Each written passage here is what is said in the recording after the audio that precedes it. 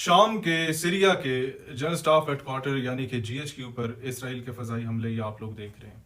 ये क्यों हो रहे हैं? जुलानी की हुकूमत आने के बाद तो इसराइल से कोई पंगा दुश्मनी तो रही नहीं, ना कोई उन्हें रोका गया किसी तरीके से। अमेरिका ने भी उस शाम को एक्सेप्ट करने का ऐलान कर दिया। कहां पे जाके किया? सऊदी अरब के दौरे पे किया। जब 3 अरब ममालिक से 3200 अरब डॉलर लेने थे तो शाम को तस्लीम कर दिया कि नई हुकूमत को हम तस्लीम करेंगे। उसको तस्लीम करने के बाद इनकी पीठ में छुरा घोंपा गया। बशार अल असद बहुत बुरा था, अपने लोगों पे जुल्म करता था और फिरका वाराना फसाद भी करता था, लेकिन उसके होते हुए इसराइल की जरूरत नहीं होती थी कि उसके मुल्क पे हमला करे। अपने घर के शेर को अगर वट्टे मारोगे ना तो मोहल्ले के जो कुत्ते हैं तुम्हारे घर पे राज करेंगे। आज उसी तरीके से मोहल्ले के कुत्ते इसराइल और अमेरिका इन पे राज कर रहे हैं। जिस तरीके से सदाम हुसैन को जब वट्टा मारा था सुन्नी शिया तजाद पे, तो तब क्या हुआ था कि मोहल्ले के कुत्तों ने आके इराक को फिर लूटा और नोचा।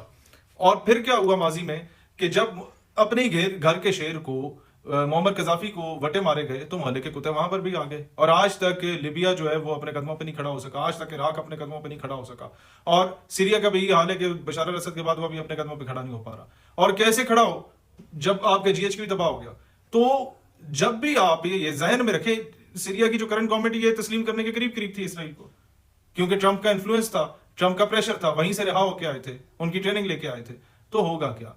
अब जो बात मैं पाकिस्तानियों को कहना चाहता हूं, हमारी लॉ एनफोर्समेंट एजेंसीज या हमारी जो इंटेलिजेंस एजेंसीज हैं, उनको मैं एक बात बताना चाहता हूं सिर्फ कि एक बहुत बड़ी साजिश के तहत जो वफ्द इजराइल गया था, वही वफ्द आप लोगों की सरकारी और फौजी प्रेस कॉन्फ्रेंसों को भी कवर करने के लिए उसके कुछ सहाफी आते हैं और माजी में भी आते रहे। आपके साथ गुड बुक्स में आने के लिए इंडिया के खिलाफ दो चार बातें भी कर लेते हैं, लेकिन फलस्तीनी मुजाहिदीन के हक में एक बात नहीं करेंगे, इसराइल के अगेंस्ट कोई बात नहीं करेंगे, इसराइल की फेवर में बातें करेंगे और बयानियां बनाएंगे कि भाई ये तो अरबों का मामला है, अरबों को जो तकलीफ नहीं है इसराइल से वो तस्लीम करें, हमें क्या तकलीफ है, हम मुफ्त में उनके साथ पंगे लें।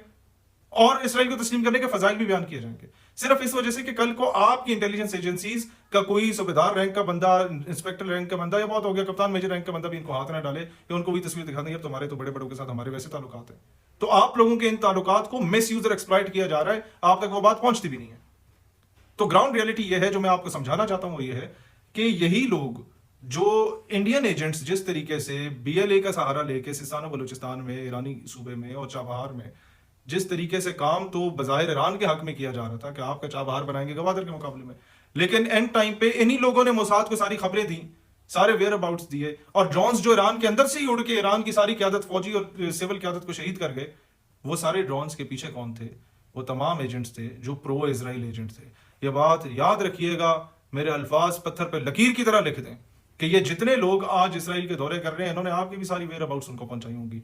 वैसे नहीं इसराइल किसी पे इतनी इन्वेस्टमेंट करके इतना प्रोटोकॉल देता। आपको यहां आके वापस आके इन लोगों ने खबरें पूरी दी होंगी, हम वहां भी गए वहां भी गए, तो आप बेफिक्र रहे, ऐसी थोड़े ना